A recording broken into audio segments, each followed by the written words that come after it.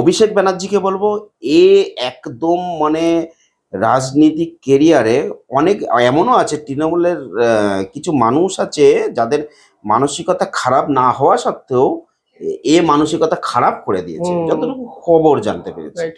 সেই ক্ষেত্রে এইসব লোক রাজনৈতিক কেরিয়ারে থাকার মতো নয়। এরা ভেবেছিল যে একবারে ধরে নিয়েছি চুরি চামারি করে ভোটে ছাপ্পা টাপ্পা মেরে আমরা আরো রাজত্ব করব, সেটা তো আর সম্ভব হলো না।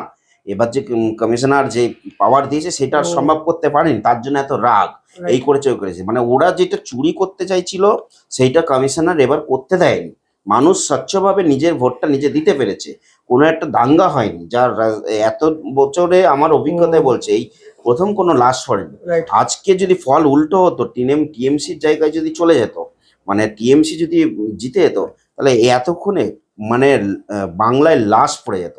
সেক্ষেত্রে বলবো অভিষেক ব্যানার্জির যেই রাজনৈতিকভাবে যেভাবে চলছিল, এরকম পরিমাণে গুন্ডা পুষে রাখা বা গুন্ডাকে ডানহাত বাহাত করা, এগুলো একদমই ঠিক করেনি। অনেক ভেতরের খবর এখন আমরা জানতে পাচ্ছি। রাইট। সেই ক্ষেত্রে মানুষের পরিবর্তন যেন স্বচ্ছভাবে আগামী দিন আমাদের যে সরকার, সেই সরকার বিজেপি সরকার যেন মানুষের জীবনে স্বচ্ছভাবে চলে এবং মানুষ স্বচ্ছভাবে চলতে পারে, স্বাধীনতা নিয়ে চলতে পারে, এটাই আশা করব।